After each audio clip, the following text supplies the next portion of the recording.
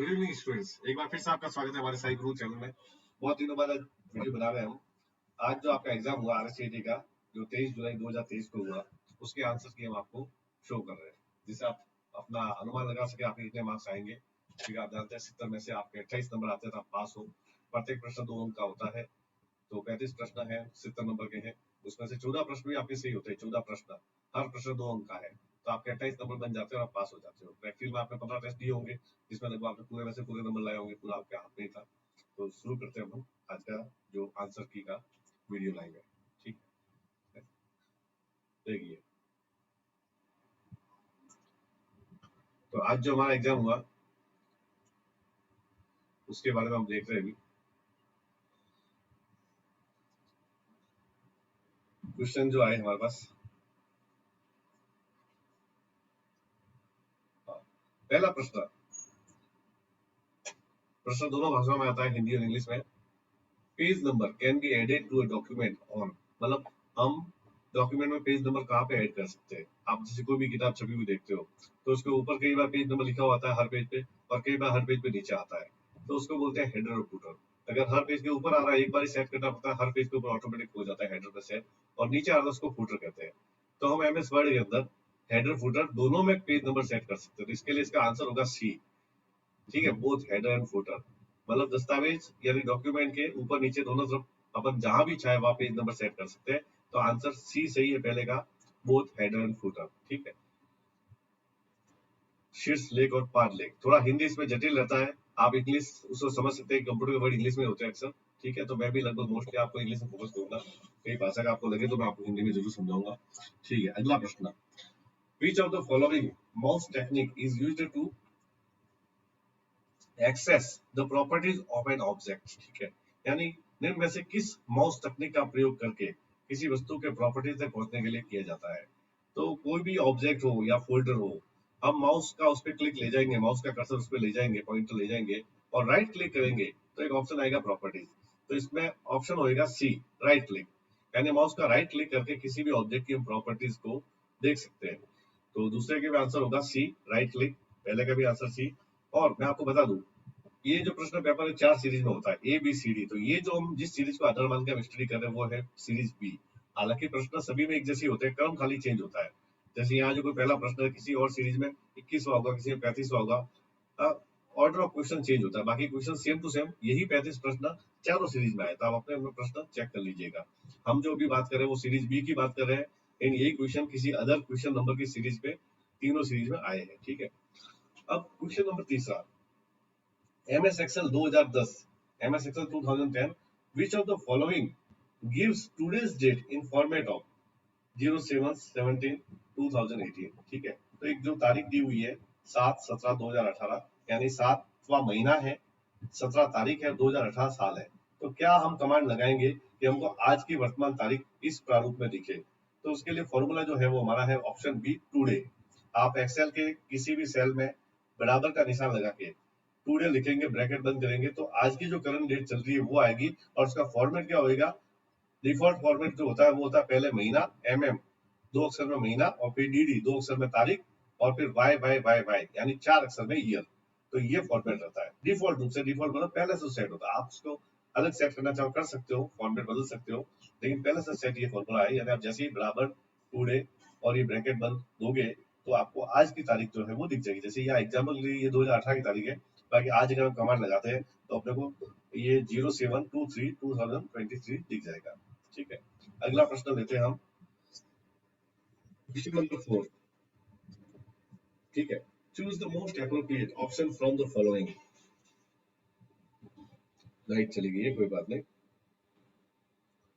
चलिए, choose the most appropriate option from the following. Debit cards and credit cards can be used in electronic payment. ठीक है, हिंदी में लिखा हुआ है डेबिट कार्ड और क्रेडिट कार्ड का उपयोग इलेक्ट्रॉनिक भुगतान में किया जाता है। दूसरा जो बी ऑप्शन है, OMR stands for only magnetic reader, OMR का मतलब मैग्नेटिक रीडर है। तीसरा सी ऑप्शन है, Skype is example of system software, और चौथा है the output quality operator is measured in hertz. ठीक है, तो यहाँ पे देखिए जो मोस्ट एप्रोप्रिएट ऑप्शन जो राइट है वो है option A, debit card and credit card can be used in electronic payment system. कि डेबिट कार्ड और क्रेडिट कार्ड का भुगतान इलेक्ट्रॉनिक भुगतान विधि के अंतर्गत किया जाता है। तो ये हमारा ऑप्शन जो सही है। बाकी जैसा आप देख पा रहे हैं ओएमआर मैग्नेटिक को रीड कर सकता है, ये गलत है क्योंकि हमने हमारे कई थ्योरी के क्लासेस में, जो अगर हमारे बच्चा रेगुलर हो आपने पढ़ी होगी, कि बताया कि मैग्नेटिक रीडर जो है वो MICR मशीन है और OMR है वो ऑप्टिकल मार्क रीडर है। अभी जो आप ये RSCT का एग्जाम देखा है गोले गोले लगा के, ये है ऑप्टिकल सॉरी। तो इसको पढ़ेगा मशीन वो OMR है, ऑप्टिकल मार्क रीडर। और स्काइप जो है वो भी सिस्टम सॉफ्टवेयर का उदाहरण नहीं है, वो एक ऐप है जो वीडियो कॉलिंग करने के लिए उपयोग में आता है। इंटरनेट जब शुरू में आया था, आजकल तो वीडियो कॉलिंग के लिए हमारे पास फोन कॉल की सुविधा है, व्हाट्सएप कॉल की भी सुविधा है। बाकी शुरू में स्काइप नाम का एक ऐप आया था, यानी कंप्यूटर में एक प्रोग्राम था जो हम कंप्यूटर से किसी से वीडियो कॉल कर सकते, स्काइप था वो, ठीक है। और चौथा ये भी गलत है, प्रिंटर की आउटपुट गुणवत्ता हर्ट्ज में नहीं मापी जाती, ठीक है। हर्ट्ज में कंप्यूटर के प्रोसेसर की गुणवत्ता मापी जाती है मेजर में। तो हमारा इसमें ऑप्शन ए सही है, डेबिट कार्ड और क्रेडिट कार्ड जो है वो इलेक्ट्रॉनिक पेमेंट के अंदर यूज किया जाता है। अगला प्रश्न लेते हैं, क्वेश्चन नंबर 5। आधार कार्ड नंबर कितने अंकों का होता है? इसमें जो पहले से पेन से छाटे हुए उसको आप सही मत मानिएगा कि ये हमने किसी स्टूडेंट का पेपर लिया है, वो स्कैन किया, उसने आधे सही आधे गलत कुछ भी किए हो सकते हैं। तो हमने जो यहाँ पे आप देखिए, आप अगर मुझे सुन पाते आप सुन भी सकते हैं। बाकी ये जो एक ऐसा एरो लगा है इंग्लिश वाले क्वेश्चन में, वो जो एरो लगा है वो आंसर सही है ना, इसलिए आपको कंफ्यूज नहीं होगा, ठीक है। तो आधार कार्ड में कितने अंकों का नंबर होता है? तो इसका आंसर है 12, ठीक है। या किसी स्टूडेंट ने गलत आंसर लिखा है 16, बाकी राइट है 12। और ये प्रश्न बहुत सरल है, आजकल आपके पास हर एक के पास आधार कार्ड है और आपको पता है आधार नंबर चार चार डिजिट के टुकड़ों में लिखा होता है 3 बार, 4 डिजिट 4 डिजिट 4 डिजिट, तो 4 3 12, ठीक है। और वैसे इसका तो आंसर आपके पास आप लेके बैठे हो, एग्जाम अगर दिया है तो आपने, आप सभी को अपना प्रवेश पत्र के साथ ओरिजिनल आईडी प्रूफ ले जाना जरूरी है और मोस्टली बच्चे आधार कार्ड लेके जाते हैं। तो आप सामने भी गिन के भी आप उसको आंसर दिया होगा तो भी आपका मेरे ख्याल से सही है। मुझे लगता है ये आंसर किसी का गलत होगा, ठीक है। कोई विशेष महापुरुष हो तो उसका गलत हो सकता है, ठीक है। बाकी सभी आप महानुभावों का आंसर सही होगा कि आपके पास आधार कार्ड सामने ही है टेबल पे, ठीक है, मे बी। तो इसका आंसर होगा 12 डिजिट का होता है आधार, ठीक है। अब हम क्वेश्चन 6 लेते हैं। Given below are two statements regarding a smartphone that has both Bluetooth and Wi-Fi technology. अब ये हमारे स्मार्टफोन के टॉपिक में से है कि मोबाइल फोन जो आप एंड्रॉइड फोन जिसको बोलते हैं स्मार्टफोन है, उसके अंदर दो कथन दिए हुए हैं, दो स्टेटमेंट है। अब उसमें से कौन सा सही है कौन सा गलत है, ठीक है। तो वो आपको देखना है, या दोनों सही है दोनों गलत है, क्या है। तो पहला जो स्टेटमेंट है वो है ब्लूटूथ की तुलना में वाईफाई की रेंज कम होती है, ठीक है। तो इसका मतलब ये है कि ब्लूटूथ की अपेक्षा वाईफाई की रेंज कम होती है, मतलब ये कहना चाह रहा है ब्लूटूथ की रेंज ज्यादा होती है वाईफाई की कम होती है। तो ये स्टेटमेंट गलत है, क्योंकि आपको पता है ब्लूटूथ एक लिमिटेड रेंज तक काम करता है जबकि वाईफाई ब्रॉड रेंज से काम करता है। तो वाईफाई की रेंज हमेशा ज्यादा होती है, तो इसलिए ये पहला स्टेटमेंट जो है, ठीक है, वो इनकरेक्ट है। First statement is incorrect. अब सेकंड स्टेटमेंट पढ़ते हैं। तो फर्स्ट इनकरेक्ट आप देखो डी में दिया हुआ है, ठीक है। सेकंड स्टेटमेंट है वाईफाई ब्लूटूथ की तुलना में तेज गति से डेटा संचालित कर सकता है। तो ये बिल्कुल सही है, ठीक है, क्योंकि वाईफाई की डेटा स्पीड बहुत तेज होती है। आप कहां से कहां वाईफाई की रेंज कनेक्ट करवा सकते हो, उसकी रेंज लार्ज है। लेकिन ब्लूटूथ में दोनों मोबाइल आपको पास पास रखते हैं पड़ते हैं बहुत ही कम दूरी पर। तो इसमें पहला स्टेटमेंट गलत था, तो डी आंसर सही है। जो डी आप देख रहे हैं, statement first is incorrect and statement second is correct. Hindi में भी ये लिखा हुआ है, पहला कथन गलत है दूसरा कथन सही है। तो इसमें हम अब देख रहे हैं आंसर आपका डी सही है, तो जिसका डी सही लिखा है उसको 2 नंबर मिल जाएंगे, ठीक है। अब अगले प्रश्न पे बढ़ते हैं, इस पे अगले प्रश्न चालू होंगे। उससे पहले मैं आपको बता दूं, अभी हमारी इंस्टीट्यूट की ओर से साई ग्रुप की ओर से एक मानसून ऑफर चल रहा है। जैसे आप सब लोगों ने आरएसटी कोर्स किए, चूंकि आरएसटी कोर्स में आप क्लासेस में आए नहीं, केवल आपने किताब पढ़ के दिया है, चूंकि ओपन एग्जाम है, ओपन स्टेट ओपन का है, कोटा ओपन का। तो अब अगर आप कोई रेगुलर कोर्स करना चाह रहे हो, जो हमारे स्टूडेंट्स या कोई भी अदर इंस्टीट्यूट के स्टूडेंट्स हो, कि आप ऑफिस के बारे में सीखना चाहो, डेटा एंट्री का काम सीखना चाहो, कोई भी ऑपरेटर का काम करना चाहो या अकाउंट सीखना चाहो, तो ऐसे कोई भी कोर्स करो बड़े आप, ऑफिस का, बेसिक का, अकाउंटेंट का, जीएसटी का। तो उसमें हम आपको एक विशेष मानसून ऑफर दे रहे हैं। उस मानसून ऑफर में ये कि आपको बहुत बड़ा फायदा होने वाला है। अब हम 100 500 200 डिस्काउंट नहीं दे रहे। अब हम आपको, अगर मानसून ऑफर में आप जुलाई और अगस्त में आप एडमिशन लेते हो, जुलाई और अगस्त में, तो आपकी पूरी फीस का पूरा 50% माफ हो जाएगा, यानी सिर्फ आधे फीस में आप कोर्स कर सकते हो। लेकिन ये इसकी उन्हीं के लिए वैलिड है जिन्होंने हमारे इंस्टीट्यूट से या किसी भी इंस्टीट्यूट से ऑलरेडी आरएससीटी कर दिया है एग्जाम दे दिया है, भले सर्टिफिकेट नहीं आया हो, या पहले एग्जाम दे चुके हैं, या ठीक है किसी और इंस्टीट्यूट से भी एग्जाम दे चुके हैं या एग्जाम दे रहे हैं, उनके लिए सबके लिए। हाँ, किसी ने फॉर्म भी भरा है अभी कि अभी आरएसटी का फॉर्म भले किसी भी इंस्टीट्यूट से भराओ, हमारे इंस्टीट्यूट से भराओ, आरएसटी की फीस जमा करा दी है, बस आरएसटी की अगली डेट के इंतजार में बैठे हैं, वो लोग भी इसमें अप्लाई कर सकते हैं। तो इस मौके को चूकिए मत।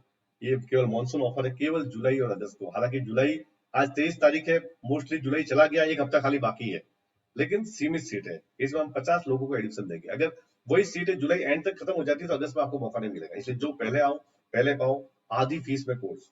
अगर 10,000 का कोर्स है 5,000 में, 12,000 का कोर्स है 6,000 में, 5,000 का कोर्स है 2,500 में, विद सर्टिफिकेट रेगुलर, और आपकी अनलिमिटेड क्लासे होगी, पूरा कोर्स कराया जाएगा पूरा गारंटी के साथ। ठीक है, तो आप इस मौके को बिल्कुल मत चूकिएगा। चलो हम अगले क्वेश्चन पे बढ़ते हैं। Question number 7, which of the following statement with reference of RAM is false? RAM के संदर्भ में कौन सा स्टेटमेंट फॉल्स है यानी गलत है, कौन सा वाक्य गलत लिखा हुआ है? तो इसमें देखिए 4 वाक्य लिखे हुए हैं, 4 में से 3 सही होंगे, एक गलत होगा। तो पहला है RAM is directly accessible by the CPU, ये सही है। रेम सीपीयू द्वारा एक्सेस की जाती है।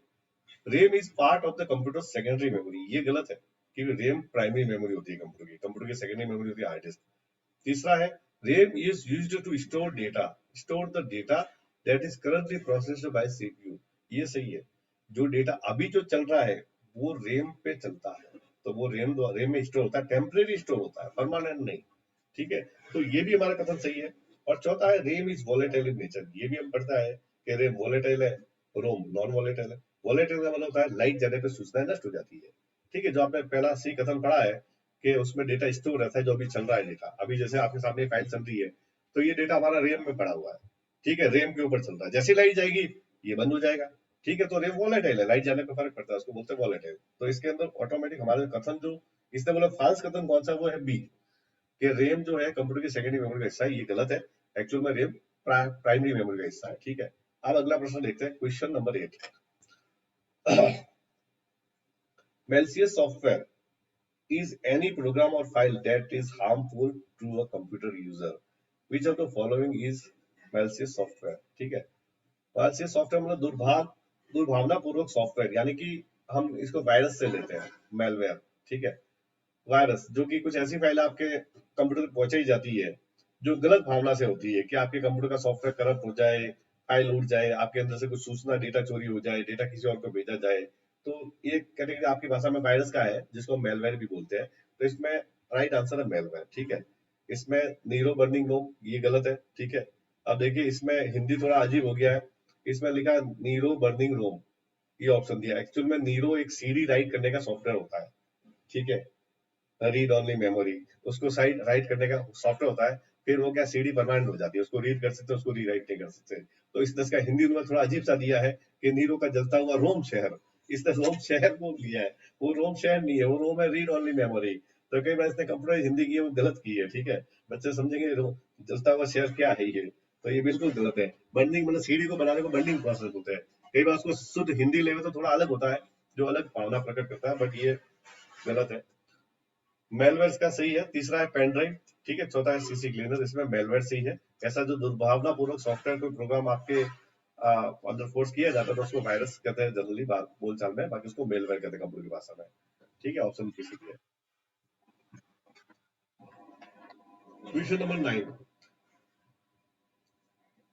इसमें भी ये है कि निम्नलिखित में से सॉफ्टवेयर के बारे में कौन सा कथन सही है? ठीक है, कौन सा कथन सही है सॉफ्टवेयर के बारे में, मतलब सॉफ्टवेयर क्या होता है वो सोचिए। पहला, it can not be manipulated, बोले इस पे हेरा फेरी नहीं किया जा सकता। It can not be touched, इसको टच नहीं किया जा सकता। It can not be changed, इसको चेंज नहीं किया जा सकता। It does not have instruction और प्रोग्राम, तो इसमें ही हमारा भी ऑप्शन सही है, सॉफ्टवेयर को छुआ नहीं जा सकता। ठीक है, सॉफ्टवेयर जो होता है उसको छू नहीं सकते। जैसे आपके सामने मोबाइल पे वीडियो है, तो वीडियो भी एक सॉफ्टवेयर, कोई प्रोग्राम है तो एक सॉफ्टवेयर, कोई एंड्रॉइड ऐप चल रहा है वो सॉफ्टवेयर है। आप देख सकते हो स्क्रीन पे, आप उसको टच नहीं कर सकते, उसको छू नहीं सकते, है ना। आप मोबाइल को छू सकते हैं, आप कंप्यूटर की स्क्रीन को छू सकते हो, लेकिन वो सॉफ्टवेयर नहीं छू सकते। उसको पकड़ के अंदर से जो चीज दिखी है वो बाहर नहीं निकाल सकते, तो आप सॉफ्टवेयर को छू नहीं सकते। बाकी सारी चीजें कर सकते हो उसमें। आपको कोडिंग आती है तो आप उसकी हेर फेर भी कर सकते हो सॉफ्टवेयर में, आप उसको बदल भी सकते हो, उसके कोई दिशा निर्देश उसको चेंज कर सकते हो। ठीक है, सॉरी। तो इसमें आंसर बी सही है, इसको छुआ नहीं जा सकता। अब प्रश्न नंबर 10, क्वेश्चन नंबर 10, आईडीआर भरने के लिए किस यूआरएल का पालन करना होगा? यूआरएल मतलब आपकी भाषा में वेबसाइट, कौन सी वेबसाइट, कौन से लिंक से आप आईडीआर यानी इनकम टैक्स फाइल रिटर्न भर सकते हो। तो इसमें अगर आपको इनकम टैक्स की जानकारी है तो आप जो पहला ऑप्शन है इनकम टैक्स इंडिया e-filing.gov.in, इस पे आप आईडीआर भर सकते हो अगर आपको अकाउंटेंसी, जीएसटी, इनकम टैक्स का नॉलेज है तो। ठीक है, अदरवाइज आप लोगों का सीए या आपके अकाउंटेंट इस चीज को करते होंगे। और आपकी जानकारी, हम भी आईडीआर फाइल भरते हैं सालों से, तो आप कोई रिटर्न, पैन कार्ड, कुछ भी ऐसा हो आपका तो करवा सकते हो। तो क्वेश्चन नंबर 10 में ऑप्शन ए सही है, https.incometaxindia e-filing.gov.in। ठीक है, अब अगला प्रश्न, ये भी बहुत सरल है, बहुत इजी, आप सब इसका इस्तेमाल करते हैं। यूट्यूब क्या है? तो यूट्यूब क्या है? यह एक वीडियो शेयरिंग और वीडियो सर्च वेबसाइट है जो उपयोगकर्ताओं को वीडियो अपलोड करने, देखने और साझा करने का अनुमति देता है। ठीक है, ये इसका सही है। अब बाकी गलत ऑप्शन है, फिर भी आप पढ़ के देख लीजिए। It is an electronic mail, ये तो बिल्कुल गलत है, पहला लाइन से ही गलत, आगे पढ़ने की जरूरत ही नहीं है। कहीं कोई मेल भेजने का तो है नहीं, ईमेल भेजने का। तीसरा है, it is an application that specified providing video chats and videos call, नहीं, हम यूट्यूब पे वीडियो कॉल तो कर नहीं सकते, गलत है ये भी। और D, it is used to buying और सेलिंग गुड्स, खरीदने बेचने के लिए ई कॉमर्स वेबसाइट जैसे अमेजोन, वैसा भी यूट्यूब प्लेटफॉर्म नहीं है। तो ऑप्शन ए सही है, ये एक वीडियो शेयरिंग का भी प्लेटफॉर्म है, वीडियो अपलोड करने का प्लेटफॉर्म है। जैसा आप ये वीडियो भी आप देख रहे हो यूट्यूब पे हमारे साई गुरुकुल चैनल पे, तो इसको हमने अपलोड किया, आप लोग सभी तक पहुंचा रहे, शेयरिंग कर रहे हैं। तो ये ऑप्शन ए सही है। फिर ऑप्शन 12 है, इसमें दिया गया कि what is the full form of SSO. आजकल आप सब लोग कहीं ना कहीं किसी न किसी काम से ई मित्र से जुड़े हो, और कई सुविधाएं, सरकारी सुविधाएं लेने के लिए, सरकारी फॉर्म भरने के लिए आपने अपना खुद का एसएसओ आईडी बनाया हुआ है। जो भी आपको ई मित्र वाले ने आपको बना के उसका यूजर आईडी पासवर्ड दिया होगा, आप जितने फॉर्म भरते हो उसी से भरते हो, ताकि आपकी जानकारी बार बार रिफिल नहीं करना पड़े, आपकी जानकारी सारी उसमें आ सके। तो एसएसओ का जो पूरा नाम होता है वो सिंगल साइन ऑन है, सिंगल साइन ऑन। मतलब एक ही ऐसी खिड़की दी हुई, एक ही ऐसी विंडो दी हुई, एक ही पोर्टल दिया हुआ है जिसमें सरकार की, राजस्थान सरकार की सारी सुविधाओं को डाल दिया गया है। तो कोई भी सुविधा हो, कोई भी आपको लाभ प्राप्त करना हो, तो आपकी एसएसओ आईडी से भर सकते हो। आपकी जानकारी भी दोबारा भरने की जरूरत नहीं, आपकी जानकारी उसमें पहले से फिट रहती है, बस आपको अप्लाई करना था।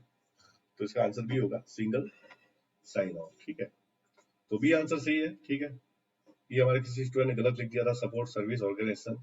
ठीक है, तो आप इसको इग्नोर करें, यहाँ पे जो इंग्लिश में जो एरर है वो सही है। अगला देख लेते हैं, एक और आपको खुशखबरी बनाते हैं। ठीक है, हमारी संस्था साई गुरुकुल, ठीक है, के पास कुछ बजट है। अब वो बजट हम खर्च करेंगे, ऐसे कोई स्टूडेंट, हमारे कई बार हमें ऐसे स्टूडेंट मिलते हैं कि जो गरीब होते हैं, गरीब होते हैं मतलब किसी के माताजी नहीं, किसी के पिताजी नहीं है। तो ऐसा कोई स्टूडेंट आता है और खाली उसको कोई भी सस्ते सस्ता आरसीटी कोर्स भी करना है, तो उसको बेनिफिट देंगे। अगर किसी के पेरेंट्स नहीं है तो हर स्टूडेंट को कोई भी कोर्स करे बोले, ठीक है, उसकी मिनिमम से मिनिमम फीस जो भी हो, या जो भी उसकी फीस लग रही हो, उस पर 500 रुपए का अनुदान हमारी संस्था करेगी। ठीक है, तो ये सभी स्टूडेंट्स के लागू है जिनके भी माताजी या पिताजी नहीं है। ठीक है, और किसी के माता पिता दोनों नहीं है, ठीक है, उसके राशन कार्ड में माता पिता दोनों का नाम नहीं है, या दोनों किसी कारण से मृत्यु हो गई है, या वो माता पिता के साथ नहीं रहता है, उन्होंने छोड़ दिया है, वो अलग रहता है और स्थिति खराब है उसकी आर्थिक स्थिति, तो हम 1000 रुपए तक का अनुदान ऐसे स्टूडेंट को देंगे। अगर किसी के माँ या पिता एक नहीं है तो 500 का अनुदान, और दोनों नहीं है तो 1000 रुपए का अनुदान। हम उसको किसी भी कोर्स पे, यानी कंप्यूटर कोर्स कोई भी हमारे यहाँ से करे, उसकी फीस में वो पैसा हम जोड़ के भरेंगे। अगर कोई कोर्स का फीस जैसे मान लो 3000 रुपया है, और बच्चा कहता है मेरे माता पिता दोनों नहीं है, तो उसकी 3000 की रिसीव करेगी, लेकिन 1000 रुपया हमारी संस्था के द्वारा उसको अनुदान दिया जाएगा। ठीक है, तो ये भी हमारी तरफ से घोषणा है। तो अगर आपके आसपास ऐसे कोई भी लोग रहते हैं जो जरूरतमंद है, ठीक है, उनको आप जरूर कहिएगा कि इसका लाभ उठाए अवसर का। ठीक है, बाकी एक और बात कहना चाहता हूँ, जैसे हर साल या साल 2 साल में एक बार महिलाओं के लिए कुछ फॉर्म खुलते हैं जिसमें निःशुल्क कोर्स करवाया जाता है महिलाओं को, RACAT का। ठीक है, उसके बारे में बात करूंगा मैं अगले ब्रेक में, बात करता हूँ। ठीक है, अभी थोड़ा आगे बढ़ते हैं।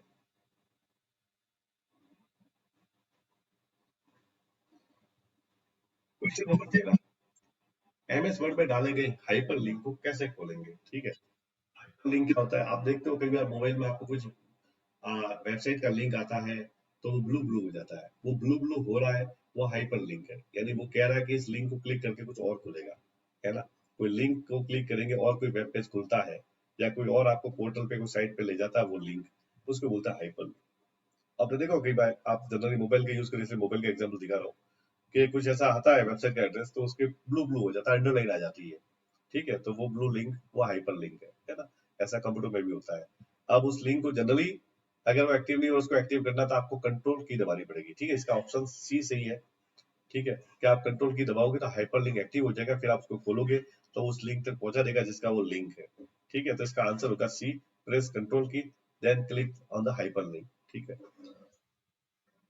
अब question number 14, identify the correct order of the following different type of computers components ranked from faster to slowest in term of access time, ठीक है। अब इसमें से ऐसा कौन सा कंपोनेंट है, हिंदी में भी आपको पढ़ के सुना देता हूँ। एक्सेस समय के संदर्भ में निम्नलिखित विभिन्न प्रकार के कंप्यूटर घटकों में किराए के सबसे तेज से धीमे तक के सही क्रम को पहचानिए। देखिए इसका हिंदी कैसा होता है, इसको रैंड को इसने किराया कर दिया, ठीक है। तो ये जो शब्द ही करते हैं हिंदी शायद इन्होंने सॉफ्टवेयर के जरिए किया है, खैर। तो इसका कहने का मतलब ऐसा कौन सा डिवाइस है, 3 डिवाइस है, RAM, optical device, hard drive. तो सबसे फास्टेस्ट डिवाइस कौन सा है और स्लोएस्ट डिवाइस कौन सा है, क्रम।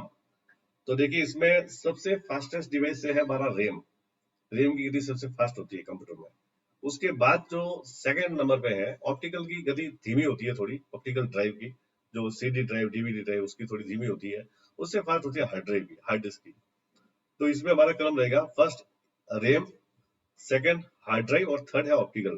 तो ये जो आंसर हमारा लिखा गया है फर्स्ट, थर्ड और सेकंड, ये ऑप्शन ए में लिखा है फर्स्ट, थर्ड और सेकंड। तो ये हमारा सही है, यानी सबसे फास्ट है हमारा रैम, उसके बाद है हार्ड डिस्क या हार्ड ड्राइव, और दूसरा जो है उसके बाद जो है वो ऑप्टिकल ड्राइव।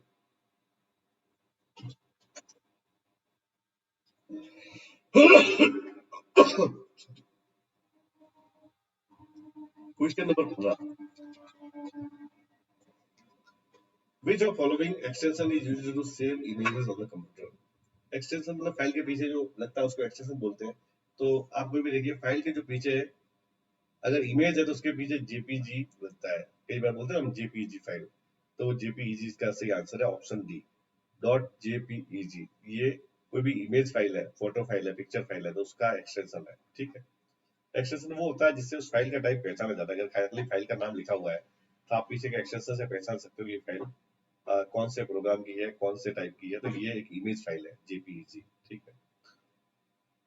अब क्वेश्चन नेक्स्ट है IRCTC, IRCTC are available on which phone number, ठीक है। IRCTC services are available on which phone number. तो आईआरसीटीसी यानी रेलवे की जो सेवाएं है कौन से फोन नंबर पे उपलब्ध है। आईआरसीटीसी रेलवे की वेबसाइट का नाम है, ठीक है। Indian railway catering and tourism corporation, ये इसका पूरा नाम है, Indian railway corporation of tourism and Indian railway catering and tourism corporation, ठीक है। तो 139 इसका सही आंसर है। 139 नंबर पर आप डायल करके रेलवे की कोई भी सेवाओं से कनेक्ट हो सकते हो।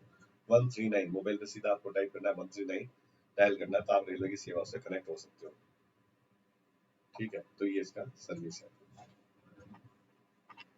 अब अगला प्रश्न हम लेते हैं, next question.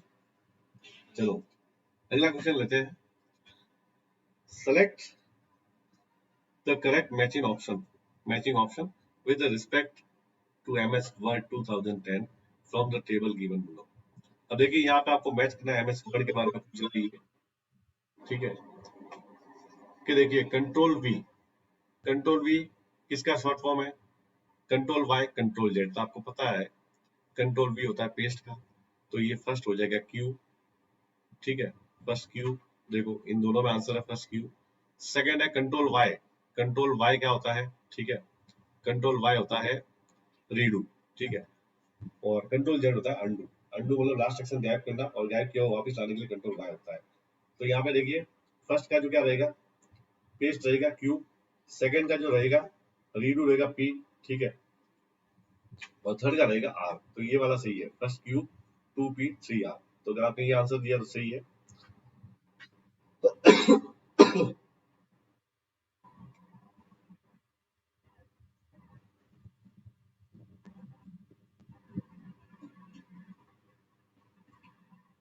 Question number 18, MS Excel 2010 में रिबन को छोटा करने के लिए निम्नलिखित में किस विधि का प्रयोग किया जाता है, ठीक है। रिबन को छोटा करना मतलब आपके MS Word, Excel, PowerPoint में पहले मेन्यू होते थे पुराने टाइम में, फिर उसमें रिबन मतलब एक पूरा एक चैनल डाल दिया, पूरा एक ब्लॉक डाल दिया, पूरा एक आयताकार आकृति डाल दी, उसमें सारे ऑप्शन होते हैं। जैसे होम है, इंसर्ट है, फॉर्मेट है, उसको पूरा एक रिबन बोलते हैं। उसके सारे ऑप्शन मेन्यू कमांड होते हैं, वो रिबन बोलते हैं।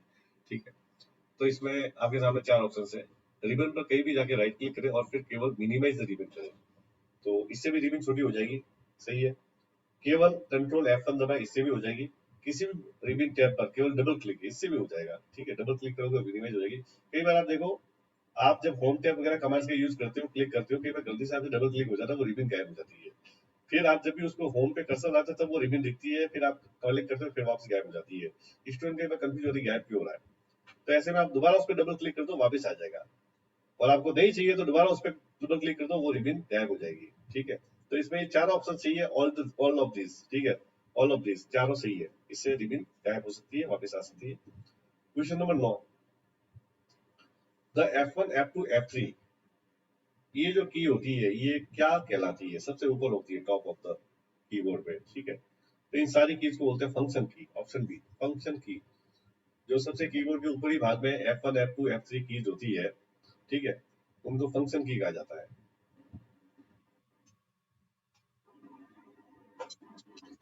क्वेश्चन नंबर 20, निम्नलिखित में से यूएसबी पेन ड्राइव के संदर्भ में कौन सा कथन गलत है? ठीक है, गलत कौन सा है? तो देखिए, इट इज पोर्टेबल, ए लिखा है, it is portable device, storage space device which is capable to taking care of storage. ठीक है, तो ये कथन सत्य है कि यूएसबी जो पेन ड्राइव होता है वो एक पोर्टेबल डिवाइस है। ठीक है, पोर्टेबल मतलब कहीं भी आप उसको कैरी कर सकते हो, पेन ड्राइव जो आपका होता है तो पोर्टेबल होता है, ये सही है। दूसरा है, a pen drive can easily store up to 120 GB and even more, 120 GB तक इसमें स्टोरेज क्षमता होती है, ये भी सही है, आगे बढ़ती रहेगी। तो 120 जीबी तक उस छोटे से पेन ड्राइव में आप डेटा स्टोर कर सकते हो, सही है। ऑप्शन सी है, it is used as mobile storage device, ये भी है। आप मोबाइल पे ओटीजी केबल लगा के यूएसबी ड्राइव लगा सकते हो, उस पर डेटा ट्रांसफर कर सकते हो, तो वो भी सही है। और चौथा है, it is a volatile device, ये गलत है। वॉलेटाइल का मतलब होता है लाइट जाने पे सूचना नष्ट हो जाना।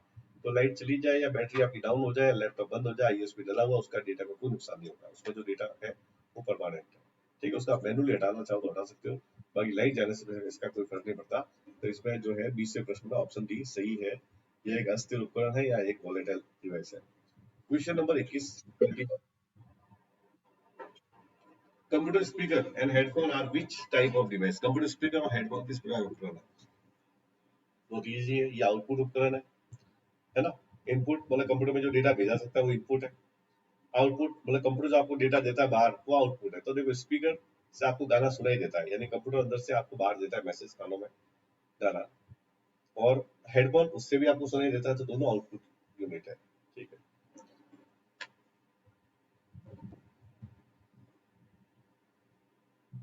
अगला क्वेश्चन 22 नंबर, राजस्थान की राज ई धारा, राजस्थान राजधारा ई गवर्नेंस पहल के संबंध में सही विकल्प चुनिए। Select the correct option regarding to Rajdhara e governance initiative of the Rajasthan. तो इसमें जो है ऑप्शन सी सही है। ऑप्शन सी, इसमें निशान नहीं लगाया, कोई बात नहीं, मैं आपको बता देता हूँ। ऑप्शन सी सही है, द राजस्थान GISS DSS। तो ऑप्शन सी इसमें हमारा सही विकल्प है। राजधारा जो गवर्नमेंट राजस्थान सरकार का एक इनिशिएटिव है, इसमें हर चीज की जियो टैगिंग की जाती है, कहाँ का लोकेशन है उसको ट्रेस किया जाता है, तो उसके लिए ये चीज सही है बिल्कुल। ठीक है, अगला क्वेश्चन है, क्वेश्चन नंबर 23, एक प्रभावी प्रस्तुतिकरण बनाने के लिए सबसे आवश्यक, सबसे उपयुक्त विकल्प चुनिए। Choose the most appropriate option needed for creating an effective presentation.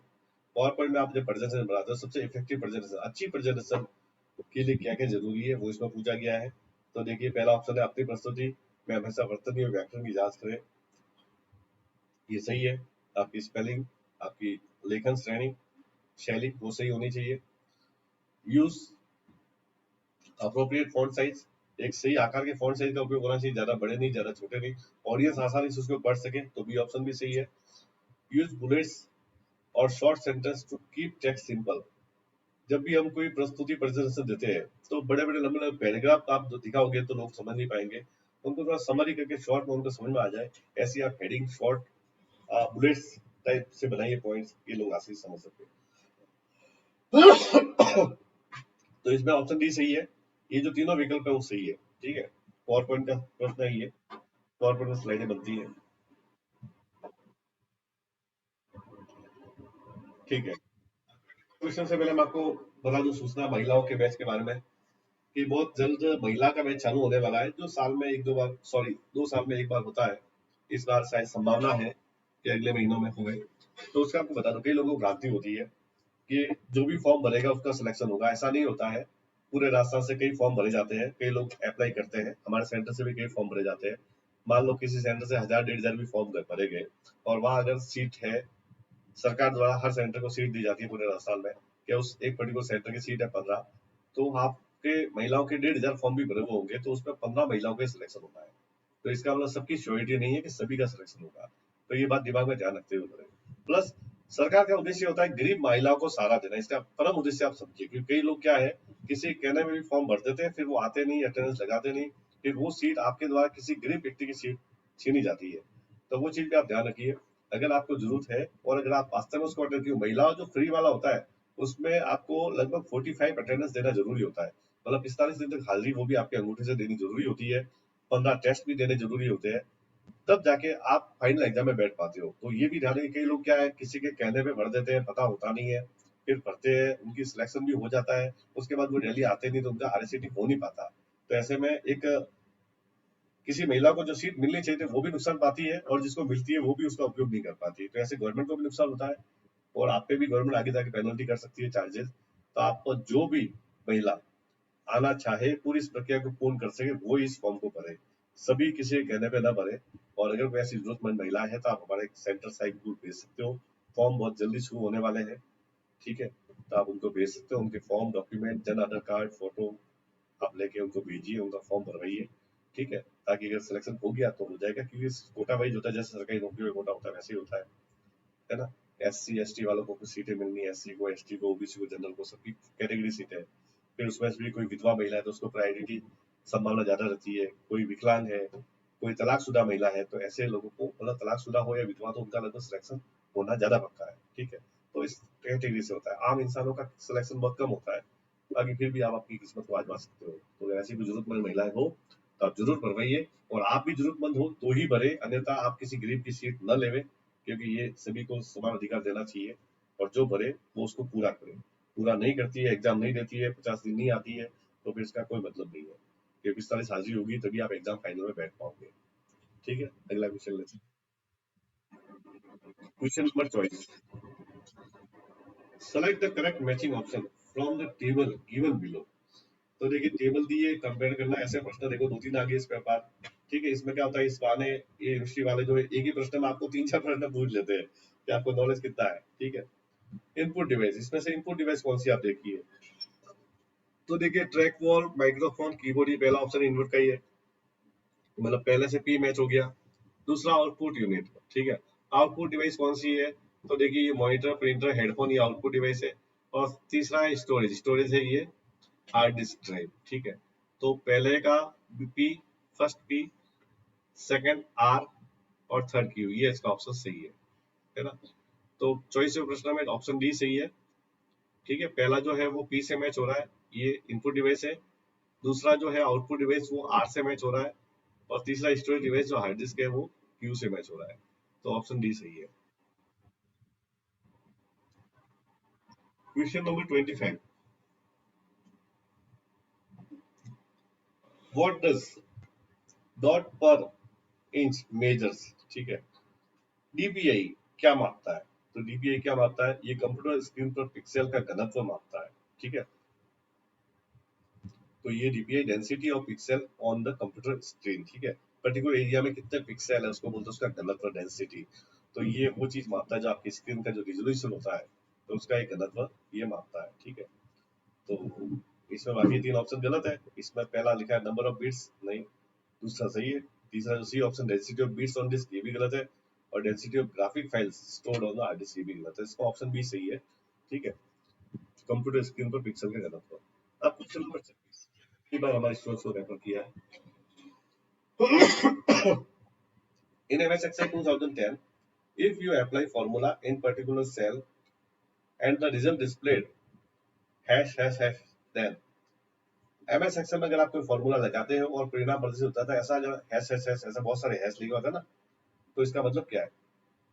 तो मैं आपको बता दूं डायरेक्टली, इसका मतलब ये है कि आपके जो रिजल्ट में जो परिणाम आना है वो आपके सेल का जो साइज है उससे ज्यादा है। यानी आपका सेल यानी जो खाने में आप जो लिख रहे हो वो साइज इतना सा है और रिजल्ट इतना बड़ा आना है लिखा हुआ, तो वो सेट नहीं हो रहा है। अगर वो फिट नहीं हो रहा है तो ऐसा हैश हैश हैश एक्सेल में लिखा होता है। ठीक, आप जो एक्सेल करते हो या जिन्होंने कोई रेगुलर कोर्स किया वगैरह से वो जानते हैं। तो इसका ऑप्शन बी सही है। सूत्र का परिणाम सेल में प्रदर्शित करने के लिए बहुत बड़ा है, मतलब परिणाम बहुत बड़ा है और सेल का साइज यानी आपके जो खाने का साइज है वो छोटा है ना? तो the result of the formula is too big to display in the cell. ठीक है, तो उस बड़ा अगर रिजल्ट है तो उसमें समा नहीं रहा है तो वो हैशेस निशान आता है, फिर आपको क्या करना पड़ता है? सेल का साइज बड़ा करना पड़ता है। ठीक है, कॉलम को बड़ा कर दो तो आ जाएगा इसमें। तो ऑप्शन बी सही है। फिर question 27, the correct example of comparison operators in MS Excel are. MS Excel में तुलना ऑपरेटर का सही उदाहरण कौन सा है? देखो, तुलना मतलब कंपैरिजन, कंपैरिजन मतलब ये बड़ा है ये छोटा है ये बराबर है, ये इससे बड़ा नहीं है ये इससे छोटा है, तो ये कंपैरिजन होता है। ठीक है, तो इसके लिए आपको भी पता है कौन सा होगा? हमारा ऑप्शन डी सही है। ठीक है, जो पहला है greater than, less than and equal, greater than equal, तो ये सही है। तुलना हम इन ऑपरेटर से करते हैं जो ये प्रतीक आपको दिए हुए हैं। ठीक है, ये बड़ा, इससे आपने गणित में जैसे पढ़ा होगा वैसा कंप्यूटर में भी होता है, एक्सेल में और प्रोग्रामिंग में भी होता है। ये जो ऑपरेटर्स कहे जाते हैं comparative operators. Question number 8, deleted mails from the inbox can be found in. हम जो इनबॉक्स से मेल हटाते हैं डिलीट करते हैं वो मेल कहाँ मिलते हैं, कहाँ मिलेंगे आपको? तो वो मिलेंगे ट्रेस में। ठीक है, ट्रेस पहले एसएमएस का जमाना था तब भी इनबॉक्स आउटपोस्ट ट्रेस होता था, ड्राफ्ट, वैसे ईमेल में भी होता है। आप ईमेल के बारे में कई प्रश्न आते हैं, अगर ईमेल भेजते तो कंपोज करेंगे, ईमेल जो आपको प्राप्त हुए वो इनबॉक्स में आपके रहेंगे, इनबॉक्स से जो मैसेज हटाए वो ट्रेस में चले जाएंगे। ठीक है, ट्रेस में कभी आपने हटाया वो मैसेज देखना, आप ट्रेस में जाके देख सकते हो। ठीक है, तो वो ट्रेस है। और स्पैम होता है अवांछित मेल, कई मेल जो आप नहीं चाहते हो, कई कंपनी आपको ऐड कोई पिक्चर को ऐसे ही भेज दिया आलतू फालतू चीजें, बल्क में मैसेज करती है लोगों को, तो वो सब कंप्यूटर उसको पहचान के स्पैम में डाल देता है। ठीक है, आलतू फालतू चीजें अवांछित मेल। तो यहाँ जो हमारा प्रश्न है कि इनबॉक्स से हटाए गए मेल तो वो रहेंगे ट्रेस में, ऑप्शन ए सही है, ट्रेस। क्वेश्चन नंबर 8 का ऑप्शन ए ट्रेस सही है। अगर आपने ट्रेस लिखा है तो आपको जो ऑप्शन, इसका लास्ट पेज है। ठीक है, उम्मीद करता हूँ कि आपके अब तक मेरे ख्याल से पासिंग मार्क्स तो आ ही चुके होंगे। बताया था आपको मैंने 14 प्रश्न आपके सही होंगे तो आप 28 नंबर से पास हो जाओगे। अगर 14 प्रश्न सही नहीं है तो आज से अपना री एग्जाम फॉर्म भरा दो सेंटर पे आके, ताकि दोबारा जो भी एग्जाम होगी 2-3 महीने बाद या जब भी होगी तो उसमें आपको सीट मिल जाएगी। ठीक है, एग्जाम की डेट पहले से डिसाइडेड नहीं होती, यूनिवर्सिटी डिसाइड करती है, कई बार एक्सटेंड भी कर सकती है, बट आपका फर्ज, अगर आपको अप्लाई करना है तो आपको अप्लाई कर लो। ठीक है, अगर नंबर कम आते हैं तो 28 से ज्यादा है तो आपको अप्लाई करने की जरूरत नहीं है।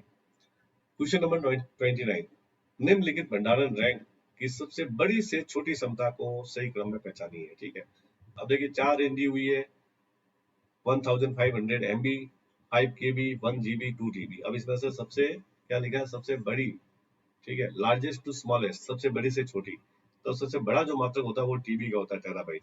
तो यहाँ पे देखिए सबसे पहला मात्रक होगा टीबी, यानी जो चौथे ऑप्शन पे दिया है टीबी ये होगा।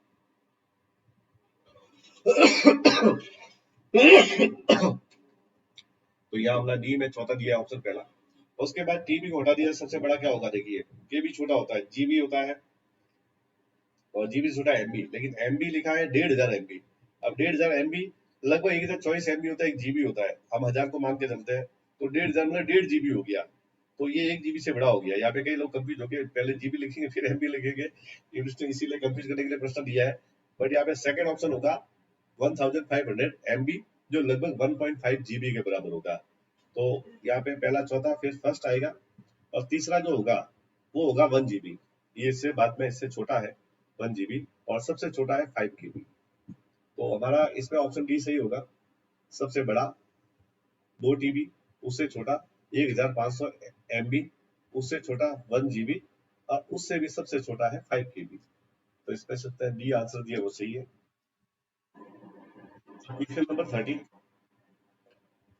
खाली जगह माउस को घुमाते समय बटन को क्लिक करने और दबाकर रखने से उसे पुनः संरेखित करने की क्रिया को संदर्भित करता है। इंग्लिश में देखिए, dash and dash refers to the action of clicking and holding down the mouse button while moving the mouse and realign it. तो ये होता है ड्रैग एंड ड्रॉप, ठीक है। तो ड्रैग करके मतलब ड्रैग कहीं आप किसी ऑब्जेक्ट पे ले जाओ, माउस को क्लिक करके रखो और उसको खींच के नीचे लाके वहां पे छोड़ दो, तो ऊपर वाला ऑब्जेक्ट नीचे आपने जहाँ छोड़ा है वहां आ जाएगा, उसको बोलते हैं ड्रैग एंड ड्रॉप। तो पहले खाली जगह में आएगा ड्रैग, ऑप्शन सी सही है, और दूसरे में आएगा ड्रॉप। ड्रैग मतलब पकड़ना, ड्रॉप मतलब छोड़ना, ठीक है। Question number 31, in which printers printing are achieved by deflecting laser beam on onto photosensitive surface of a drum। Photosensitive drum की सतह पर लेजर बीम को विक्षेपित करके किस प्रिंटर में मुद्रण किया जाता है? ठीक है, शुद्ध हिंदी है, शुद्ध इंग्लिश में आपने पढ़ ली, तो इसका आंसर होगा लेजर प्रिंटर। देखो सीधा सा बात है, लेजर किरण का प्रयोग लेजर प्रिंटर में होगा, डॉट मैट्रिक्स में तो होगा नहीं, डेजी व्हील में होगा नहीं, इलेक्ट्रोमैग्नेट में होगा नहीं, ठीक है। सबकी अलग अलग टेक्नोलॉजी है, तो ये बहुत आसान प्रश्न है कि लेजर प्रिंटर में लेजर किरणों का इस्तेमाल किया जाता है, ठीक है। तो लेजर प्रिंटर बी ऑप्शन सही है। क्वेश्चन नंबर 32, खाली जगह नियमों का एक समूह जो डेटा संचार को नियंत्रित करता है। Dash is a set of rules that governs data communication. तो इसको बोलते हैं प्रोटोकॉल। हमने कई बार हमारे कम्युनिकेशन टॉपिक में सिखाया भी है कि प्रोटोकॉल वे स्टैंडर्ड नियम होते हैं जो सभी आईटी कंपनियों को फॉलो करना पड़ता है। यानी कोई भी नया डिवाइस बनाए या नया रूल बनाए तो वो प्रोटोकॉल फॉलो करना पड़ेगा ताकि सारी चीजें एक यूनिफॉर्म रूप में बने, एक रूपता में बने, ठीक है। तो वो प्रोटोकॉल कहलाता है, वो नियम, ठीक है। आप देखो जैसे सॉकेट है तो 2 पिन का सॉकेट सब जगह एक जैसे होता है, कोई अलग अलग नहीं होता। अभी जैसे पहले वो मोबाइल की यूएसबी पिन आती थी, अभी भी यूएसबी पिन आती एक जैसी होती है। अब जैसे कुछ नए नियम चेंज करते हैं तो अभी जो नई टेक्नोलॉजी वो सब सी टाइप के केबल निकाला, सभी सी टाइप के निकालेंगे। अब पहले के जमाने के नहीं कि किसी को नोकिया का चार्जर ढूंढना पड़ता था, गोल पिन वाला, चौकोर पिन वाला, ऐसी पिन वैसी पिन। पहले के टाइम में जब प्रोटोकॉल इतने हावी नहीं थे या इतनी इनकी अनुमाना नहीं होती थी, तो बहुत ही अलग अलग कंपनी अलग अलग डिवाइस बनाती थी जिससे लोगों को परेशानी होती। फिर गवर्नमेंट ने इसको थोड़ा प्रोटोकॉल से कंट्रोल किया, तो एक जैसे जो नियम है उनको प्रोटोकॉल बोलते हैं। तो इसका आंसर होगा सी। ये गवर्नमेंट में भी प्रोटोकॉल होता है ना, सरकार में भी होता है, राजनीति में होता है, कब कौन क्या करेगा, कौन सा अधिकारी, कौन सा नेता, ठीक है, कौन एमएलए का क्या रोल है, कहाँ एमपी का रोल है, कहाँ किसी बड़े तहसीलदार कलेक्टर का रोल है। तो ये भी सब गवर्नमेंट के प्रोटोकॉल होते हैं, नियम होते हैं, तो ये नियमों को बोलते हैं प्रोटोकॉल। तो यहाँ हम टेक्नोलॉजी की बात करें, टेक्नोलॉजी में कम्युनिकेशन सिस्टम में जो स्टैंडर्ड नियम होते हैं जो डेटा को कम्युनिकेशन के लिए मदद करते हैं, तो उनको भी प्रोटोकॉल ही बोलते हैं, ठीक है। क्वेश्चन नंबर 33, उच्च रिजोल्यूशन वाले कंप्यूटर मॉनिटर होगा, ठीक है। मॉनिटर में क्या होगा? तो हाई रिजोल्यूशन कंप्यूटर में हाई डीपीआई होगा, वो हाई रिजोल्यूशन होगा, लो डीपीआई होगा वो लो रिजोल्यूशन होगा, ठीक है। डीपीआई का मतलब होता है डॉट पर इंचेस, ठीक है।